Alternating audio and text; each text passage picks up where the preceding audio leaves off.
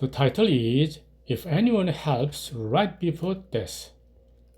I will begin with the story of Pastor A during the Korean War, which broke out in 1950. Many people were captured by the North Korean army while fleeing.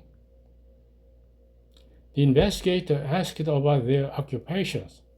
Some were farmers, students, office workers, miners, and so on. A was also questioned, "What is your occupation?" "I'm a pastor."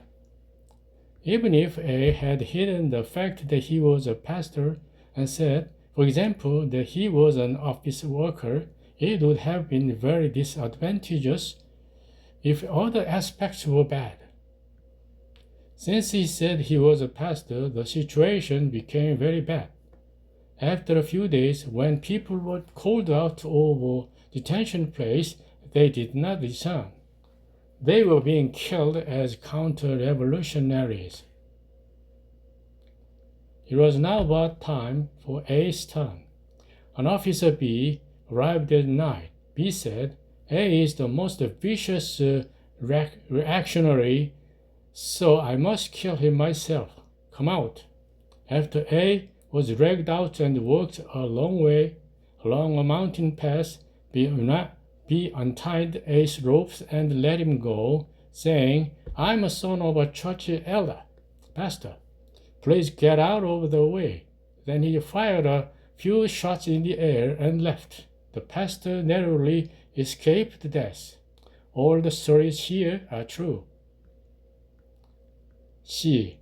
A high school friend who limped slightly due to polio was an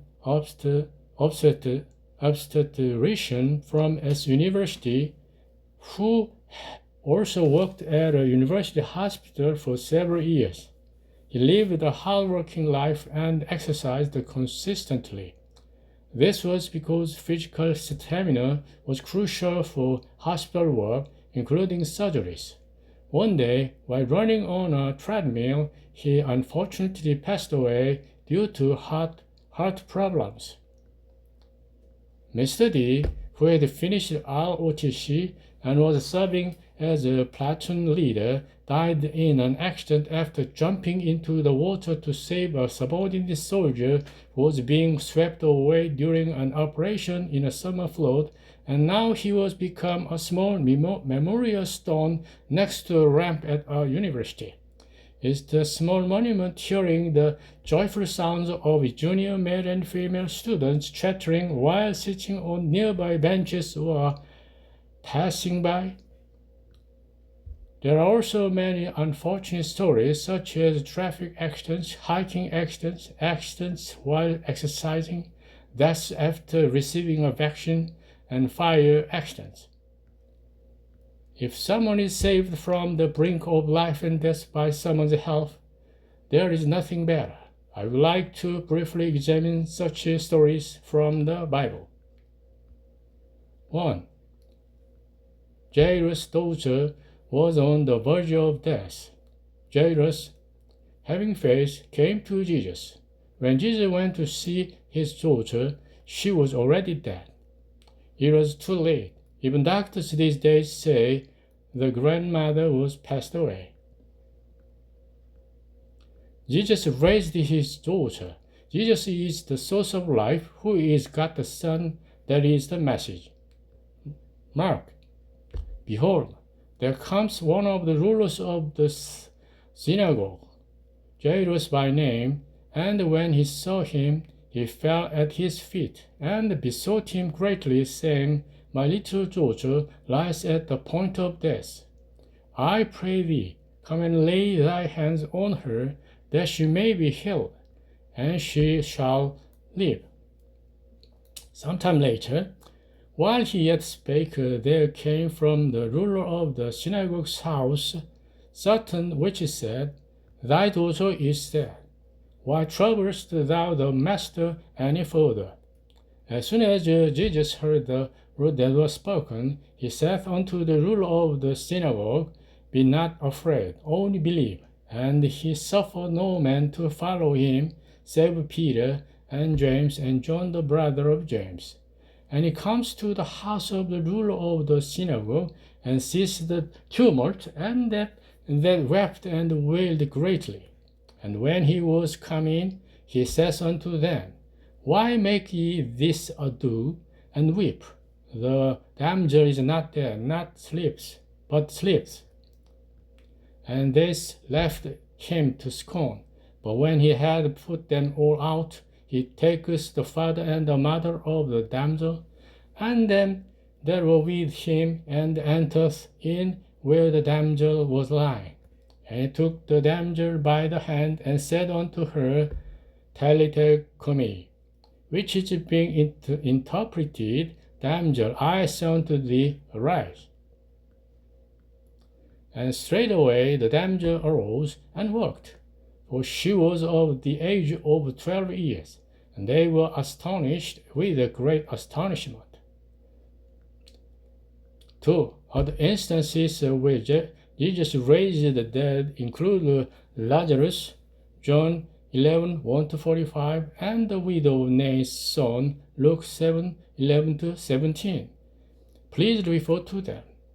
3. If you have a problem with your cerebrovascular system, you can recover if you go to the hospital quickly.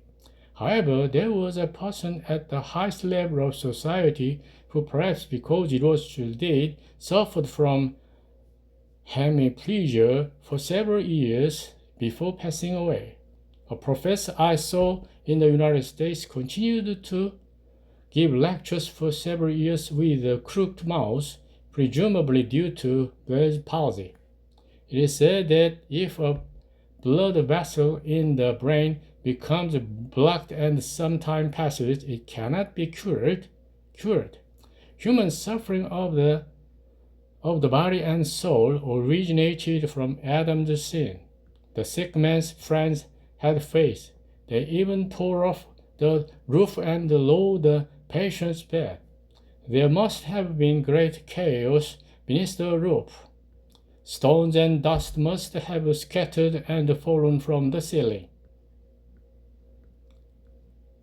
Mark. Again he entered in the Capernaum after some days, and it was noised that he was in the house. And straightway many were gathered together, insomuch that there was no room to receive them, no, not so much as about the door. And he preached the word unto them. And they come unto him, bringing one sick of the palsy, which was borne of 4 persons. And when they could not come nigh unto him by the press, they uncovered the roof where he was. And when they had broken it up, they let down the bed wherein the sick of the palsy lay. When Jesus saw their faith, he said unto the sick of the palsy, Son, thy sins be forgiven thee. Whether it is easier to say to the sick of the palsy, Thy sins be forgiven thee, or to say, Arise and take up thy bed and walk. But that ye may know that the Son of Man hath power on us to forgive sins, he said to the sick of the palsy, I say unto thee, Arise and take up thy bed and go thy way into thine house.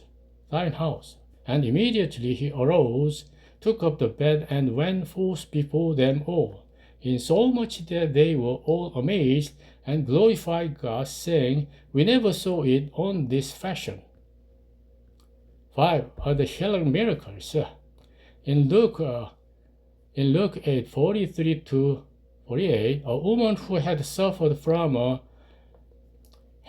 hemorrhage for 12 years touched the hem of Jesus' garment and was healed. In John 5, 1-9, Jesus healed a man who had been ill for 38 years, etc. Please refer to these. 6. Jesus shed his blood and died on the cross to atone for the sins of humanity. John.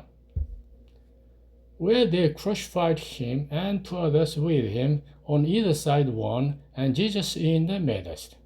When Jesus therefore had received the vinegar, he said, "It is finished." And he bowed his head and gave up the ghost. There is no greater love than to lay down one's life for one's friends. May heaven's blessing be upon all those who today dedicate their sweat, tears, all their strength, and their very lives to saving lives, namely firefighters, police officers, soldiers, doctors, veterinarians, nurses, and civilians. Finally, John 15:13, greater love hath no man than this, that a man lay down his life for his friends. In Japanese. In Chinese. Please see below. Thank you.